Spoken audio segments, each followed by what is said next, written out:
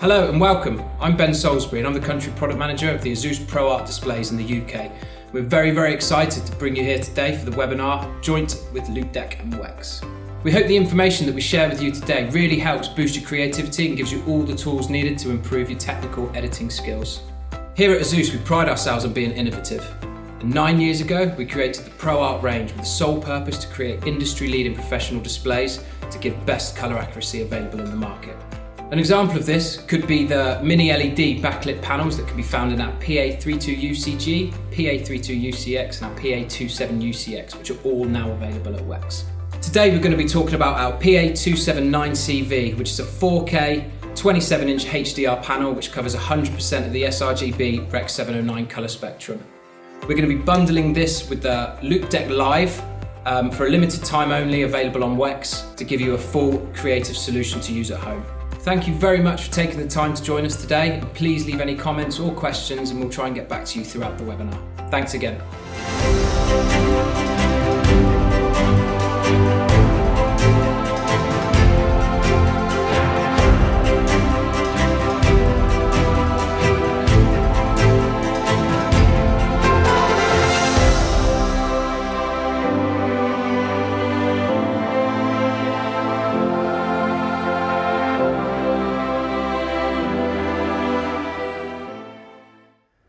Hi, I'm Emil from Loupedeck and welcome to today's webinar. Here at Loupedeck we focus on making creative work faster, easier and more enjoyable. Our custom consoles are designed to speed up workflows through photo, video, audio, design and streaming. Today we're happy to partner up with ASUS and our host Wex to make this webinar happen, and excited to bring forward Alex Stead, an inspirational travel, lifestyle and automotive photographer. Alex is one of the most followed UK-based photographers, and today he is going to show you his astrophotography editing workflow.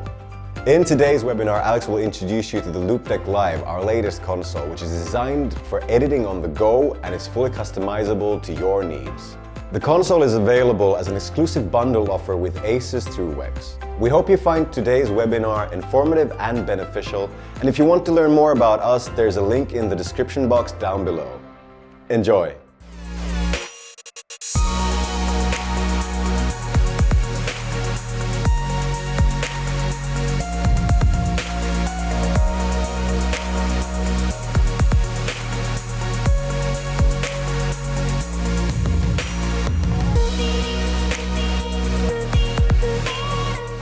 Hello guys, I hope all is well. Thank you so much for joining me on this live stream webinar.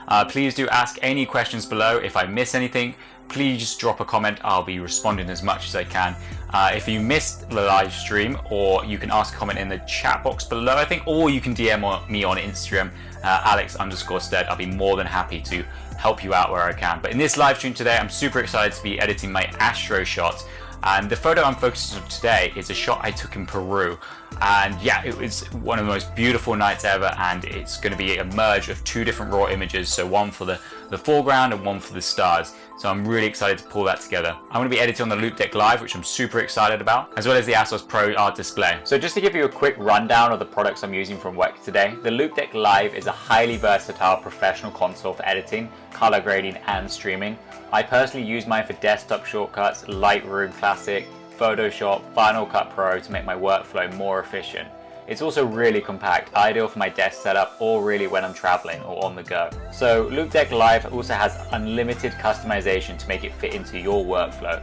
It provides a narrative APR-based integration with most of the Adobe Creative Cloud software, main streaming software, Final Cut Pro, Ableton Live, etc. So the console comes with a default settings of profiles for each software integration, so you can start editing immediately. But for someone like myself, I really like to spend a bit of time customizing it on their software so it fits my workflow. Getting down to the screen I'm using today, it's an ASUS 27-inch 4K ProArt display.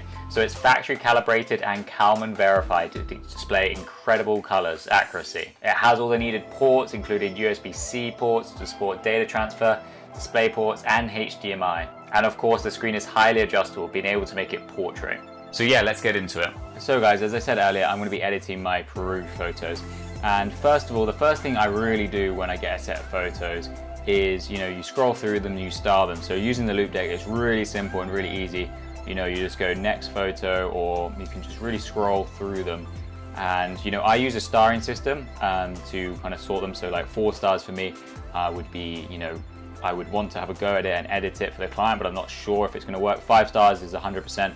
I think it's going to work. So these are just some shots from the Peruvian desert. So it's just really nice being able to just flick through them and using these nice kind of like wheels just to really get a feel for what images you have and star in a few. But for today, we're going to be editing one of the Astro, well, 2 shots but merged together of the Peruvian desert at night with the Milky Way. And this was 4 or 5 years ago, and I do regret a lot of things about taking these images. I didn't have the most experience with astrophotography, and I was trying out a lot of things. My tripod wasn't quite set up right, my settings weren't right, and obviously that is a lot of excuses all at once. I was really annoyed at myself for not knowing more about astrophotography. I'd only done it a few times previously before this and wasn't quite set up quite right. But I managed to get the photos I wanted to eventually, and I learned a lot in the process. I made sure, for the next time I did astro shots, I was totally informed of how I should be doing it. I practiced so much because I was really disappointed with what I produced, like what I was able to capture for this. But that's just a part of photography. You build skill sets, and astrophotography wasn't my strongest point 4 or 5 years ago, but now I've really learned how to nail it down. So it's really nice just being able to go through these images as so. But I've pre-selected the 2 I'm going to be editing. So first off, there is the sky, and then there is the foreground, and we're going to merge these together, mostly because I wanted to save the detail of the people, and the tent was horrendously bright, which was kind of hard to work with. So just looking at the settings, 1600 ISO, f3.8, 2.5 seconds, and you might be wondering why I would shoot at 2.5 seconds, not 15 seconds in a lower ISO. Firstly, this is because there was a lot of people in the tent, and I wanted them not to be blurred. There is a little bit of blurring, but if you did a 15-second exposure to gain the foreground elements, I think you'd lose the detail of the people, or there'll just be a lot of blur. I mean, you might like that effect, but it wasn't for me. So I did a 2.5 second with a higher ISO, which is okay on the camera I was using because it's pretty good quality. For the stars, again, it could have been exposed more, but the tent was just so overpowering, which is a real shame. So 1600 ISO, 13 seconds, f2.8. For astro shots, you do want to shoot it between 10 and 30 seconds. Beyond 30 seconds, you're going to get movement in the star trails. It's going to start kind of blurring, so I don't think any longer than 30 seconds is really ideal. And with ISO, you just kind of do what you're comfortable with, what your camera is comfortable with, and over a time of having a camera, you do start to learn how to push the ISO and when not to. So let's start with the stars editing. And for myself, I usually start off when editing, I start with the basic stuff, so basic adjustments. So you've got temperature, tint, and if you just scroll like that on the Loupedeck, it's really easy to you can add your own kind of preferences where you want certain things. But the main things to focus on at the start is just gaining a certain idea of what the image is like. If that's bringing up the shadows, bringing down the highlights, how much can I bring down the highlights? So it's always a good idea to have a play around with it. So the first thing I'm going to do, I'm just going to set the color profile to Adobe Standard. You can also use Adobe Color Flat, but sometimes I find this a little bit too far back. It pulls the image a bit too far back, too flat. So I just usually use Adobe Standard. I find Adobe Color too saturated, too contrasting, and harder to bring back the blacks. So I'm just going to do that. The next thing I'm going to do is I'm just going to do a gradient filter in the foreground. So I'm just going to pull this over here like so, and then on my Loupedeck, I'm just going to bring down the exposure all the way. So basically what I'm trying to do is bring down the foreground so it doesn't go into the sky, because I think if I just get rid of it quickly, it's starting to, the light pollution starting to bleed into the sky, and we're not obviously using this foreground, even though it's pretty good actually, just bringing down the highlights. There's a lot of detail lost in there, so we're going to use two different photos to merge together. I hope you guys are still with me. This is a quick tutorial. I think it's going to be 15 or 20 minutes long, so I'm just trying to power through as much as possible. So the next thing I'm going to do is just bring up the exposure, and you see how the tent is starting to the light pollution from the tent is starting to go into the sky, which is annoying.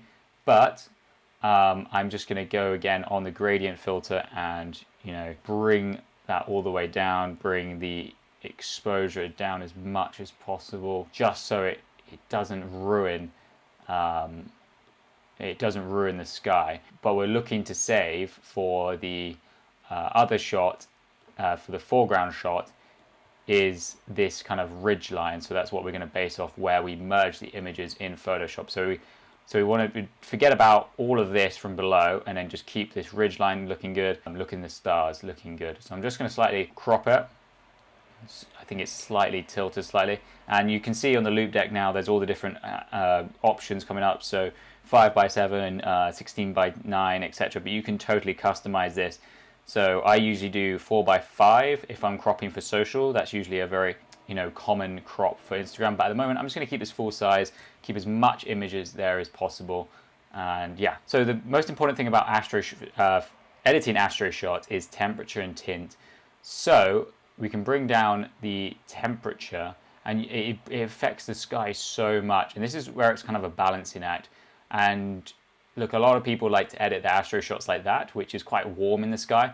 But what I'm aiming for in this image is to have the foreground with really nice oranges, really nice tones of the desert, and then contrast it against the dark blue sky, which I like. A lot of people prefer their skies like that, but it's down to personal preference. So I'd usually go like that, and then I'd play with the tint and just align that to where I think. And it's so nice with these dials just to click so back and forth, because I'm really particular and I like to get it really precise, which you can't always do, well, you can't really do on your mouse. So it's nice to have these dials just to absolutely fine tune your work. So we're going to add a little bit of contrast. Don't want to bring some highlights in, because that's going to bring the elements of the tent overexposed in. So what we're going to do is use firstly, we're going to bring in a gradient tool, because the sky is annoying me. So you can see it's slightly darker up here, and that's due to me not doing lens correction. And for myself, I'm not doing lens correction on this certain image because it was shot with a lens which I don't think works very well being corrected, which is a 14 to 24 2.8 Nikon. I just think it's already a distorted lens, and I don't think the correction works on it. I think you just got to play with what you have. So that's probably why this area's got vignetting. But anyway, we can fix that pretty easily. So we put a gradient tool up here, and we're just going to bring out the exposure to match the rest of the image, maybe a little bit too far, like so. I think the image could do with maybe some clarity, and you see how much that changes in Astro shot. It's super exciting to add clarity into an Astro shot because it just adds so much depth. I think people can overdo it and they go nuts like that, but I think it's just super nice to add some. I usually wouldn't add clarity in unless I was getting rid of the foreground and merging it with another photo, just because foreground elements I think need to be a little bit softer, and you start adding clarity to the whole image, I don't think it looks as nice. I think there needs to be kind of a softer aspect to certain parts of the image to make a nice contrast between sharp and etc. So just a little bit of clarity. And what we can also do is use the brush tool just to brush in a little bit of clarity. And you see everything's just come up available. So I click the brush tool, and then everything which I need to add into the brush is available on the Loupedeck. So there's whites, blacks, etc. And you can obviously customize this all to your needs. So I'm just adding a little bit more clarity into this area. And then I'm going to add a second brush mask with, temperature. So I'm just adding in a little bit of temperature. And I think I'm just going to brush it into these areas slightly. And I think it brings out these kind of details you've got here of the Milky Way. I think it's really nice to put in some temperature, maybe some tint. Let's just see how that works. But yeah, this is a fairly quick overview, and this is something I play around with, but just brushing temperature and tint and clarity into this area. And you don't want to do it too much because it comes too obvious. You want to do it quite subtly, and you saw there on my brushes, I only added a little bit of temperature and tint, or maybe a bit more tint than I anticipated. But it is a really good way of bringing out the Milky Way. So we've gone from that to that, well, totally ignoring the foreground. There is a little bit of, again, the tent kind of bleeding into the sky, the light pollution, but nothing we can really do about that. It's just sometimes when you do night stuff, you don't quite realize how bright normal lights are. So it's just, you've got to work around with it and try save as much as possible. So yeah, I think this is nearly done. You know, I would usually just adjust a few things to see if I can improve it anymore. I might just play around with the blues quickly to see if we've got them quite right, but it's really been set out really well with just temperature and tint. And I haven't had to go into the HSLs and adjust. But let's have a quick look in the HSLs quickly before moving on to the foreground. So here we are in the blues. So you can bring down the luminance of the sky at all, but I don't think I really need to bring or play with the luminance at all. You see here I can play with the luminance in the blues, but I honestly don't think I really need to bring it up or change the blues. I could maybe make the blues a little bit more aqua, like so, but it's really down to personal choice. A lot of people like their skies a little bit more purple, but I like them a little bit more towards the aqua kind of blues. But here on the Loupedeck, I can just switch between all the HSLs and flick through. I've also got the color calibration as well, so I can have a play with that. So I've got my hues on the left for the different primaries, and I can just literally just quickly have a play with those to see if I can bring anything out, but I don't think so. I mean, I could even take away saturation in the blue primary because it leaves quite a less saturated sky, but I don't know, I'm just trying to find a balance. And I think that's the main thing about this is, you know, I'm usually would spend, you know, half an hour on a shot like this, just really balancing out the different tones and what I want to go for in an image. But in this, you know, tutorial, I think it's a good idea just to have a nice overview. I'm just going to do one more last brush because of this area is really really powerful. So I'm just trying to bring in some brushes just to try get rid of as much of this light pollution as possible. But overall, I'm, you know, pretty happy with how this has turned out with, you know, what is it, five minutes of editing, maybe a little bit more warmth. I know we're constrained on time here, and that's another thing. So you could just click these. So let's say my highlights on the brush mask all the way down, you can just click them to reset them. So that's why you hear me clicking quite a lot. This pad also vibrates, but I've turned that off as I personally, it's not, I don't want it, but this pad can vibrate, so what you can feel when you've hit a button.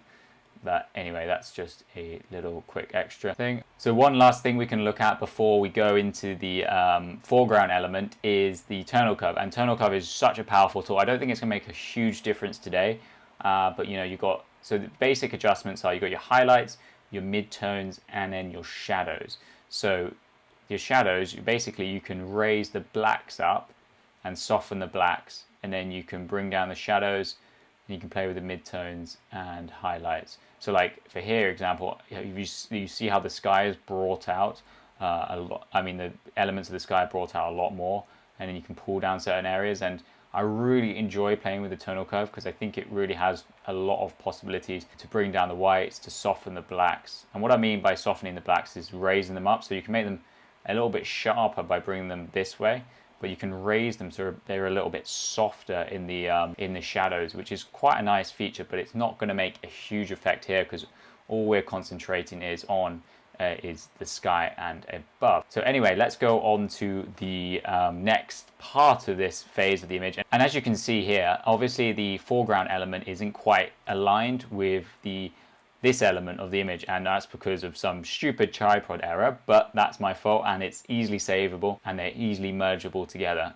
which is good, because obviously, as I said at the start of this, I had a lot of regrets and I wish I did a lot better job at taking these shots. So the first thing I'm going to do is just bring up the exposure, you know, basic adjustments. I'm going to go through this fairly quickly so I can get onto the Photoshop part, because I know I spent quite a lot of time on the sky. So the basic idea, as I said, is I'm trying to bring out the colors, the oranges, you know, the texture of the sand, all those colors together, so I can contrast it against the blue of the other shot, if that makes sense. So I'm just going to use the basic adjustments. Again, I haven't changed the profile, but I just need to change it to Adobe Standard.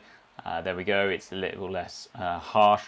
I'm just going to play with the image a bit. I think, you know, in the most part, this is quite a good exposure. This light in the top of the tent is really annoying, overpowering, but it's not much we can do. We can get rid of the cars, which kind of ruin the element. The portaloo kind of ruins the effect of sleeping under the stars, and this car maybe. But we're going to get rid of those in Photoshop in a little bit, which is quite a simple process. So what I'm going to do is play in the color calibration. So just click, which one is it? It is that one, number 5 for me. So I'm going to go into color calibration, and this is where I really want to bring out those orange tones that I've been talking about, which is quite nice, like so. And then I'm going to go and I'm just going to go into detail, and I haven't really mentioned this yet, but I didn't add any detail into the sky because I was just kind of using clarity, and that works better. But usually with sharpening, I usually go around 60, 70, and then I mask it. If you press Option on your keyboard, I usually mask it to around 50, and you can see where it's affecting. So just around there is probably about right to get the right level of sharpening. Not going to add any clarity. I don't think it needs it at all. So as I said on the last shot, I'm just going to raise the blacks a little, soften them a little bit. My tonal curve is playing up a little bit. I think it might be something in Lightroom. It's just been really slow, and it's not letting me quite do the adjustments I want to, but I don't want to have to restart Lightroom. Anyway, so I'm just going to raise them a bit, and you can see how it affects the details. I think it's just a lot nicer, you know, in the shadows and stuff. So that's looking good. Back to basic adjustments. I'm just going to play with the temperature and tint. And again, you know, usually with temperature and tint, I usually like to push it all the way to one element to the other, and then I can kind of like work my way into getting it back into the center, if that makes sense. So you can go one extreme to the other and see what's working for you, because sometimes I can't honestly sometimes tell if it's too much purple, too much tint. So it's quite nice just being able to push it all the way. And I think that's pretty good. I know it's similar to what I had earlier, but you know, photographers, we are picky. We try again, we do again and again until we have it perfect. So I don't think there's much more else I can do to this, to be honest. It's very close there. I might just bring in a few adjustment brushes just to bring up the exposure maybe on this ridge so it blends a bit better. That might be an idea, just to bring up these elements here so it exposes a bit better. So maybe just the last few adjustments, going to get a brush and maybe just pull down some details in the tent still. There's cool details of people kind of walking around, and as I said earlier, I want to save that. So I'm just, you know, bringing down the highlights, twisting on the Loupedeck, just kind of seeing what works, and just bringing those details back. There we are, which is quite nice to see all the people inside the tent. That's why I really like this shot. It just shows like a lot of people interacting and, you know, enjoying this place. I'm just going to quickly go into the HSLs to see if I can have a play around in there. You know, you've got all your different colors here, but you know, I usually use HSLs a lot, you know, when editing, but it hasn't really been necessary here, to be honest. You know, I could have brought down or brought up the oranges, but it doesn't really need it, to be honest. I think this foreground element, I think, is pretty much good to go for now. So quickly now, I'm going to open in Photoshop. So as you can see, I've got one of my my bars at the bottom set up, so it's just going to load straight into Photoshop. Let me just click the other, so that goes into Photoshop as well. So now we're in Photoshop. We've got the two different images imported in from Photoshop, and here is obviously the Loupedeck has changed automatically to go into the Photoshop kind of layout. I've just made a simple layout of what I need at the moment, as you can probably see, of the tools I'm going to use, just to keep it simple, as Photoshop is a vast thing, so there is a lot going on. So I've just simplified it, which is really nice. This is usually what I use, to be honest, in Photoshop, so it's quite nice to have this just set up and simple.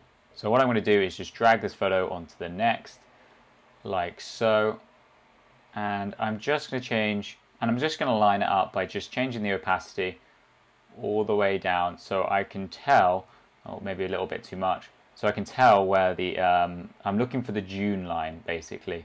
So I'm just trying to line up the different elements with the dune. And so now I've aligned the dunes and I've brought the opacity back. What I'm going to do is just create a layer mask with this tool, or you can click down here if you haven't got it set up with your Photoshop. So I've added that to this layer, and what it means is I can take away or bring back bits of this this layer against the other layer, but make sure it's black and white down here, and then you can switch between. So what I'm going to do, I just need to change my brush. So I'm just going to adjust my brush. So I'm just going to make it hardness. I usually make the hardness the least it can be, so it's quite soft unless I'm going around edges. Opacity 37 for the moment. And yeah, so as you can see, I can brush away, but if I click here and invert it, I can bring it back. So I'm just going to bring the opacity back up so this can be quickly done, like so, and then take away. So I've got it set up on my Loupedeck here. I can change the opacity of this tool as I get back to down to more sensitive areas like the dune. So I'm just going to bring it all the way down to. So now you can see I've just skipped that because it was a little bit laggy because I've got the screen recording going and everything, but it's merged pretty well. It's a little bit adaptive in the foreground. It's not my ideal situation. The photo's been slightly differently, but it's actually merged together really well, which is really nice. You know, obviously there is a bit of detail down here which needs sorting out. You've got the portaloo and stuff, so I'm just going to show you how to quickly remove that. But that's pretty good for like a very quick kind of edit on this. What I'm going to do is just press Command-Shift-E on a Mac, which merges the two layers together. And I just want to stress, really, I spend a lot more time doing these kind of things in terms of, you know, for clients, I would spend usually like an hour kind of like going through this and ensuring everything's perfect. But this is obviously a quick live tutorial, and I think it's probably already long enough. So as you can see, these are the two. So just to explain the two different tools I use for getting rid of objects on photos I don't want. So you've got the polygon lasso tool with content aware. So you can just press that and then wrap around. Let's say if we want to get rid of this, and then press content aware, and it's done an okay job. It's not brilliant, is it? So we just put it back in place, and then we're going to use. We're going to try the other technique, which is the clone stamp tool. So the clone stamp tool is a pretty good tool. Basically, you're taking an element of what you already have and copying it onto this. So I've clicked the clone stamp tool on the Loupedeck and then pressed down on option, which so that area is going to be covered where you're brushing. So you can literally just brush away and picking areas of, you know, foreground which match the area you're brushing. And obviously I've done an awful job at picking the right area, but you get the idea that you can just, you know, brush away certain objects as well and create, you know, recreate areas what you think about, because, you know, I'm copying desert onto desert. It's not done perfectly, and obviously I'd like it to spend a little bit more time on that area. Anyway, guys, I know this is a fairly long tutorial, but actually I felt really rushed trying to do all the little elements I love in this sky. Usually now I would just refine the image. I would chuck it back into Lightroom and just make minor adjustments into the color, into the sky, maybe work in some elements, maybe bring back some certain elements. But I think overall I'm actually really happy with how this has turned out. This is probably the 5th time I've edited it. Thank you so much for everyone for joining this live stream. If you do have any questions, please do comment below or reach out to me on Instagram, email. It's up to you, but it's been fantastic to have you. Thank you very much.